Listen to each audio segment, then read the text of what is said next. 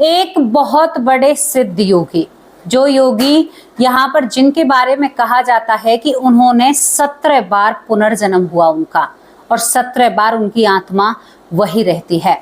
बिना मरे इन्होंने पुनर्जन्म को लिया था। ये बहुत ही अचंभित करने वाली घटना है, हैरान करने वाली घटना है कि बिना मरे आपका पुनर्जन्म हो जाए। हमारे चैनल पर आपको केवल 2 घटनाएं ऐसी देखने को मिलेंगे। यहाँ पर इन योगी के बारे में कहा जाता है कि 723 साल तक इन्होंने तपस्या की थी, एक घोर तपस्या की थी, और किसी को भी नहीं मालूम था कि इनके माँ बाप कौन हैं, कहाँ से आए हैं, क्या करते हैं, क्या नहीं करते। आप सोच कर देखिए, 17 बार उन्होंने अपने शरीर को बदला था। यानी आत्मा जीवित रहती है, शरीर मर जाता है, और दूसरा शरीर धारण करना यानी जीते जी एक क्रिया होती है कि हम मरकर दूसरा शरीर धारण करते हैं। यानी हम मरते हैं, फिर हम गर्भ में जाते हैं, चाहे कोई सा भी चोला हो, कोई सा भी शरीर हो, तब वो क्रिया पूरी होती है। लेकिन एक क्रिया जो हम आप लोगों के सामने रख रहे हैं कि आप बिना मरे, जैसे मैं इस शरीर में हूं और इस शरीर को छोड़कर मैं दूसरे शरीर को धारण कर लूं, ना मेरा जन्म हो, ना मेरे साथ कोई ऐसा हो, ऐसी घटनाएं हमारे चैनल पर आपको 2 देखने को मिल जाएंगी। लेकिन इस घटना को जब मैंने जाना तो मुझे लगा कि हमें अपने संतों पर गर्व करना चाहिए। ना तो ये संत ऐसे थे कि बॉडीगार्ड रखा करते थे या बहुत सारी जनसंख्या इनको फॉलो करती थी, कोई भी ऐसा राग रगड़ नहीं था। क्योंकि जो व्यक्ति 723 साल तक तपस्या करे और जिसने 17 बार शरीर प्रवेश किया हो, वो कितने सालों से जीवित होगा। लिखित रूप पर यह नहीं पता कि ये कितने सालों तक जीवित रहते हैं। मैं इनकी 2 फोटो आपको अपने बगल में लगे हुए स्क्रीन पर दिखाना चाहती हूँ। ये वो योगी हैं। अगर आपको इनके दर्शन करने हैं तो आज भी आपको इनकी जो समाधि है वो मल्लूर में इनकी समाधि है, बायकायदा इनका मंदिर है। अगर आपको विश्वास ना हो तो आप वहां पर जाकर देख सकते हैं। गर्व करो आप ऐसे भारत में हैं, गर्व करो आप ऐसे प्रसिद्ध भारत में हैं जहां पर ऐसी ऐसी आत्माओं का जन्म हुआ। सोचिए, आप जीते जी एक छींक भी अपनी मर्जी से नहीं मार सकते, एक व्यक्ति अपनी मर्जी से शरीर बदल रहा है, तो सच में ही अपने आप में एक बहुत बड़ी शक्ति थे। क्या आप इसको जानना चाहते हैं? क्या आप इनकी सराहना करना चाहते हैं और इनसे मिलना चाहते हैं? तो आप इनकी समाधि पर भी जा सकते हैं। किसी की भी कोई अधूरी इच्छा हो तो आज भी बताते हैं कि मल्लूर के उस मंदिर में जाकर अगर आज भी हम उनसे सच्चे दिल से प्रार्थना करें तो हमारी मनोकामना पूरी हो जाती है। बहुत अच्छी बात है। ये होते हैं संत। ये संत नहीं हैं जिनके 4-4 बॉडीगार्ड घूम रहे हैं, हजारों चेले जिनकी सेवा में लगे हुए हैं। इन्हें शायद हम संत की श्रेणी कम रखते हैं। आपको चलना होगा भारत के केरल राज्य में शिव प्रभाकर नाम के एक लड़के के साथ। दोस्तों, आज से आपको बहुत सालों पीछे चलना होगा, बहुत ही सालों पीछे चलना होगा। एक लड़के का नाम शिव प्रभाकर होता है। बचपन से ही मन योग और तपस्या में था। यानी तपस्या करनी है, भक्ति करनी है, भक्ति के मार्ग पर चलना है, और ये बालक रूप में ही अपने घर को त्याग देता है। बालक रूप में अपने घर को त्याग कर एक कड़ी तपस्या योग करता है। ऐसे संत इनको मिलते हैं जो इनके ऊपर अपनी छत्र छाया रखते हैं और ये बहुत बड़े सिद्ध योगी बन जाते हैं। तपस्या करते करते इनको 723 साल तक साधना में ये इतने लीन हो जाते हैं कि 723 साल तक साधना से मतलब आंखें ही नहीं खोल पाते हैं। बहुत हैरानी की बात है, बहुत ही हैरानी की बात है। ऐसे संत मिलना कोई बातों का खेल नहीं है। इसके बाद कहते हैं इनके बारे में, जब ये उस साधना से जगते हैं तो इनके आसपास बहुत दिव्य प्रकाश देखा जाता था। और इसमें ये जो शिव प्रभाकर सिद्ध योगी जी हैं, ये बताते हैं कि मैंने 17 बार अपने शरीर को त्याग दिया है, यानी शरीर बदल लिया है। ये क्रिया मुझे बहुत जोर से आती है। यानी इनको एक ऐसी सिद्धि या क्रिया आया करती थी जैसे कि हम तो मरकर जब गर्भ में जाएंगे, कोई सा भी शरीर हो कैसा भी हो, जब उसके बाद 9 माह हम गर्भ में रहेंगे, कहीं हमें 10 माह रहना पड़ता है, उसके बाद बालकपन बीतता है, उसके बाद हम बड़े होते हैं, इस तरह से हमारा जन्म होता है। लेकिन इस सिद्ध महात्मा ने कैसे अपना जन्म किया था? जीते जी जैसे मैं इस बॉडी में हूं और मेरी आत्मा निकलकर दूसरी बॉडी में प्रवेश कर जाएं। दोस्तों, इन्हें 9 माह तक किसी भी गर्भ का इंतजार नहीं करना पड़ता है, ना ही अपने शरीर की रचना का इंतजार करना पड़ता है। बहुत बड़ी बात है। कई तरह की इनकी तस्वीरें होती हैं, मतलब अलग अलग शरीरों में भी 2 तस्वीरें मेरे पास हैं जो मैं आपको दिखाने वाली हूँ। और दोस्तों दोनों ही तस्वीरें बहुत ही मतलब उन्हें देखकर एक दिव्य चीज का एहसास होता है। भक्तजन कहते हैं, जो लोग कुछ इनकी बातें माना करते थे, कि जब ये बैठे रहा करते थे तो इनके तरफ चारों तरफ एक ऊर्जा का घेरा सा बनता था और इन्हें देखकर एक आनंद, शांति और अनुभूति का एहसास हुआ करता था। यानी बहुत अच्छा लगता था इन्हें देखकर, बहुत ही शांति और सुख मिलता था इन सबको देखकर।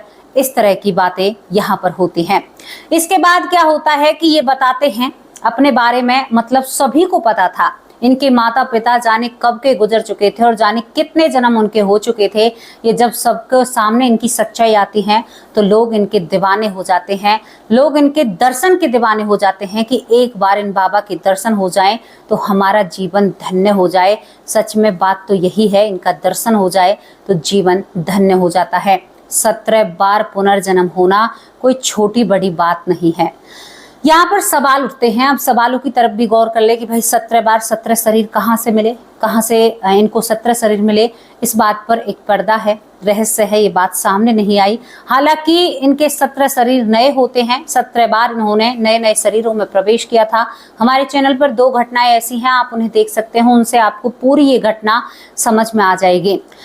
कुछ लोग कहते हैं कि जब ये ध्यान अवस्था में रात के वक्त बैठा करते थे, यानी 1870-80 में, तो कहते हैं कि इनको एक शरीर जो वहां पर साधना कर रहा है, यानी इनकी कुटिया में तपस्या कर रहा है, जो इनके करीबी लोग थे, जो इनके लिए खाने का व्यवस्था करते थे, यानी घर घर से मांग कर लाया करते थे, तो कहते हैं कि ये घूमते हुए गांव में ही नजर आ जाया करते थे और जब कुटिया पर जाकर देखते थे तो बाबा समाधि लिए हुए बैठे थे। ये बहुत बड़ी बात है। ये सारी चीजें आपको आम लोगों में नहीं मिलेगी। हमारी तो क्षमता नहीं है कि हम एक छींक, क्या हमारी मर्जी से तो हमें बुखार भी नहीं आ सकता। एक व्यक्ति अपनी मर्जी से अपने शरीर को बदल रहा है, बहुत ही हैरान कर देने वाली बात है। ये सारे चमत्कार लोगों ने देखे थे। कहते हैं जो भी इनसे मांगा सबका सब कुछ पूरा हुआ। एक बहुत अच्छी कहावत इनके बारे में है। एक दिन ये तपस्या में बैठे हुए होते हैं, गाँव में अकाल जैसी परिस्थितियां बनी हुई होती है, गांव में बारिश नहीं होती है, बिल्कुल भी बारिश नहीं होती है। एक महिला बहुत गुस्से में वहां से गुजर रही होती है। तभी ये संत कहते हैं कि माता कहाँ जा रही हो? तो ये कहती है कि आप तो संत होते हुए भी समझते नहीं हो, पूरे गांव में अकाल पड़ रहा है, अगर बारिश ना हुई तो पूरा गांव भूखा मरेगा। ये बात जब सुनते हैं संत, वो कहते हैं कि माता गांव में तो बहुत भारी ओलों की बरसात होने वाली है। ओले यानी बर्फ के गोले, यानी ओले पड़ने वाले हैं। तो यहाँ पर ये महिला कहती है कि वाह महात्मा, हमारे गांव में तो वैसे ही अकाल पड़ा हुआ है, अगर ओले पड़े तो हम इस अकाल से भी ज्यादा भुखमरी का शिकार हो जाएंगे। तभी यहाँ पर ये महात्मा कहते हैं, जिनका नाम शिव प्रभाकर सिद्ध जी होता है, ये कहते हैं कि माता एक काम तो हो सकता है। बाबा, वो महिला वहां पर हाथ जोड़कर दूर बैठ जाती है। बाबा आप तो चाहे जो वो कर सकते हैं। भक्ति लोगों की कहाँ से जागरूक होती है ये मैं आपको बताती हूँ। यहाँ पर ये बाबा कहते हैं शिव प्रभाकर कि माँ मैं बारिश तो कर दूंगा, मतलब बारिश गांव में हो जाएगी, लेकिन जो ओले हैं ना, जो बर्फ गोले गिरेंगे, ओले जो पड़ेंगे, वो मैं जो मंदिर की जमीन है, मंदिर, हर मंदिर को गांव की तरफ से जमीन दी जाती है, पंचायत की तरफ से हर मंदिर पर होती है, जो बड़ा मंदिर होता है, वो ओले मैं अपनी जमीन पर, जो मेरे खेत हैं, मतलब मेरे तो नहीं है, इस मंदिर के जो है वहां पर गिर जाएंगे, पूरे गाँव में बारिश होगी। लेकिन आप मुझे देसी घी के पुए खिला देना। इन्हें पुओं का बहुत शौक था। दोस्तों यहाँ पर ये माता कहती है कि ठीक है बाबा, मैं आपको खिला दूंगी। यहाँ पर ये मजाक के तौर पर या कुछ ऐसी बातें चल रही थी। वो महिला जो छटना नहीं होता है, अनाज छानना, पहले माताएं उन्हीं में पकवान को रखा करती थी। ये माँ असली घी में पुए बनाकर लाती और कहती है कि ये लो बाबा, इस गांव में बारिश करो, इस गांव को बारिश की बहुत ज़रूरत है और आपकी इस बात की हमें बहुत ज़रूरत है। आपका जितना भी इस मंदिर का अन्य खराब होगा ओलों से, उन सभी की भरपाई ये पूरा गांव करेगा। ये गांव की तरफ से मैं आपसे कह रही हूँ। वो काफ़ी मर्दानी महिला होती है, संत पर बड़ा ही प्रभाव पड़ता है। संत उसी वक्त सिद्धि में बैठ जाते हैं।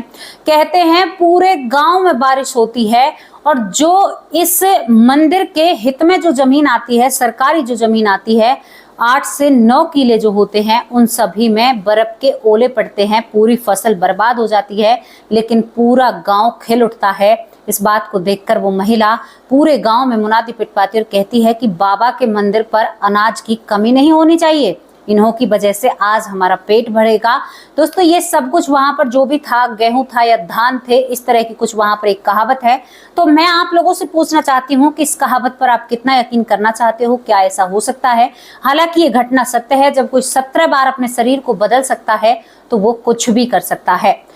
बाबा ने पुए बड़े हित लगाकर खाए, लेकिन कहा कि माता आगे से ऐसी शर्त मत रखना, क्योंकि बहुत बल पड़ता है हमें प्रकृति के खिलाफ चलने में, क्योंकि आपके भाग्य में ये ओले थे, बारिश नहीं थी। इस सब चीज का भुगतान मुझे करना होगा। असली संतों की महिमा ये होती है दोस्तों, महिमा इसे कहा जाता है। ना कोई ढोंग था, ना कोई ढपासा था, ना दुनिया को बहकाने का काम था, ना पैसों का लेन देन था। बस एक पुए की बात थी, वो देसी गुड़ के पुए। बाबा ने बड़े अंग लगाकर 4 दिन तक खाए थे वो पुए और सभी को बांट कर खिलाए थे। तो ये होती है संतों की महिमा। उसके बाद कहते हैं कि 17 बार जब ये शरीर बदल लेते हैं तो ये अपने पास जो इनके पास आया करते थे जो भक्तजन, उनसे कहते हैं कि अब हमारा जाने का वक्त हो चुका है। कहते हैं 6 अप्रैल 1986 में इन्होंने अपनी मर्जी से, इनको कोई बीमारी नहीं हुई थी, कोई हारी या तकलीफ इनके शरीर में नहीं होती है कि भाई इनके सांस लंबे पड़े, बुढ़ापा आया। बिल्कुल तेज रोशनी की तरह चेहरा, धूप की तरह, सूर्य की तरह चमकता है। चमकते हुए चेहरे के साथ ये अपने आप को इस दुनिया से विदा करते हैं। बैठे बैठे ये समाधि लेते हैं। गांव वाले भी हैरान हो जाते हैं कि कमाल की बात है, ना बुखार आया, ना खांसी हुई, ना दुख हुआ, ना तकलीफ हुई, बैठे बैठे प्राण छोड़ दिए। कहते हैं जिस समाधि में बैठे हुए थे, सुबह उसी समाधि में मृत पाए जाते हैं और उसी तरह इन्हें जमीन में समाधि दे दी जाती है। आज भी इनका वहां पर बहुत बोला वाला है। कहते हैं मल्लूर में इन्होंने समाधि ली थी, वहीं पर इनके नाम का मंदिर बनवाया गया है, जिस पर बहुत सारी गाथाएं हैं, बहुत सारी चीजें प्रचलित हैं और बहुत इनको माना जाता है।